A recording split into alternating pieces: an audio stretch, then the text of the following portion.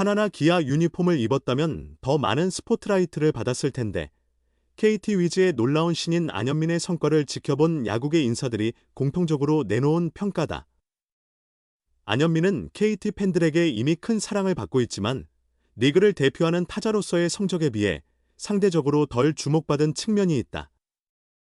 KBO 리그에서 가장 많은 팬을 보유한 하나나 기아 소속이었다면 현재보다 훨씬 더 큰 관심을 받았을 것이라는 분석이 나오는 이유다. 규정 타석을 충족하면서 안현민의 진가가 본격적으로 부각되기 시작했다. 2일 현재 74경기에서 타율 0, 365, 260타수 95안타, 출루율 0.476, 장타율 0.64에 18홈런 60타점을 기록 중이다. 타율, 출루율, 장타율 부문에서 압도적인 선두를 달리고 있다. 출루율과 장타율을 합친 OPS 1.118, 역시 당연히 최상위를 차지했다. 다만 OPS는 KBO 리그에서 시즌 후 공식적으로 시상하는 부문은 아니다. 안현민은 타격 4개 부문 정상에 오르며 신인왕 경쟁에서 확실한 우위를 점했다. 신인왕과 엠버비를 동시에 노릴 만한 압도적인 활약이다. 이전에는 규정 타석 미달로 빛을 보지 못했지만 이제는 자신의 가치를 확실히 증명할 수 있게 됐다. 안현민은 마산고 출신으로 2022년 신인 드래프트 2차 4라운드 전체 38순위에서 KT에 입단. 올해로 프로 4년차지만 실질적인 신인이다. 지난해 프로 3년차에 1군 데뷔해 16경기 29타석에만 출장했기 때문에 올해 신인왕 자격을 유지할 수 있었다.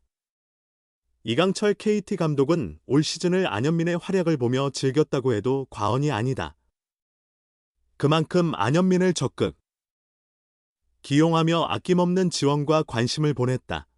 이 감독은 팀에 들어왔을 때부터 방망이의 재능이 있었다. 포수였지만 도루도 잘해 기본적인 주력도 뛰어났다.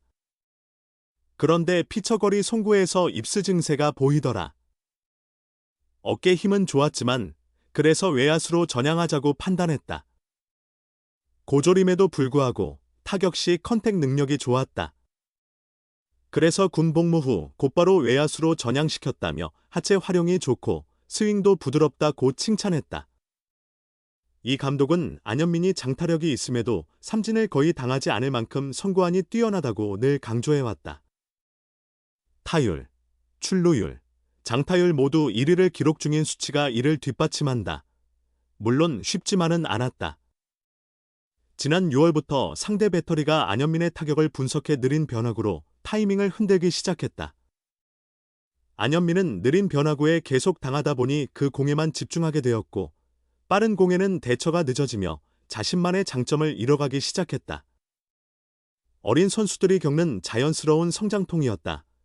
김재호 스포티브의 해설위원은 이 문제로 고민하던 안현민에게 느린 변화구는 원래 투수들이 제구하기 어렵다. 그 공 하나 때문에 흔들릴 필요 없다. 느린 변화구가 2번 연속 스트라이크로 들어올 확률은 거의 없다.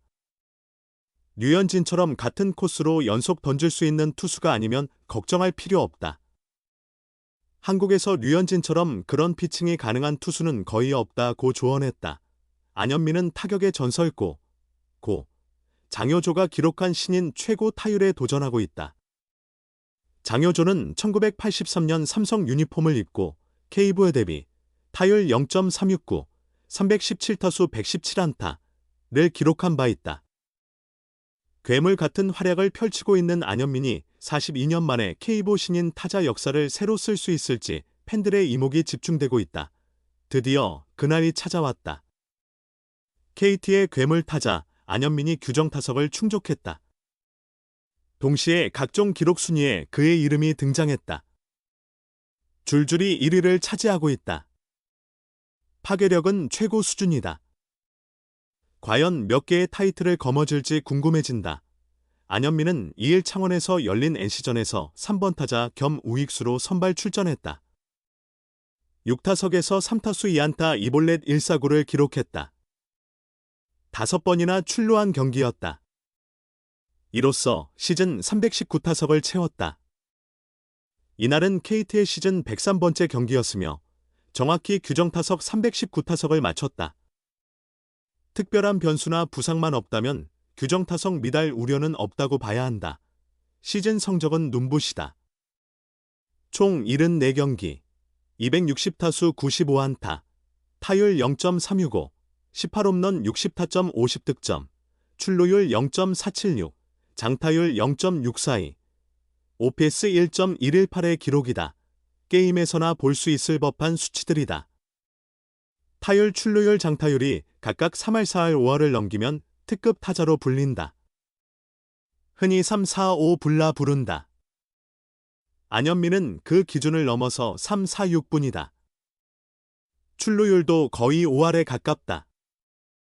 무서운 기록이 아닐 수 없다. 규정 타석을 만족했으니 이제 기록 순위에도 이름을 올린다. 타율, 출루율, 장타율 모두 1위다. 게다가 2위와 격차도 크다.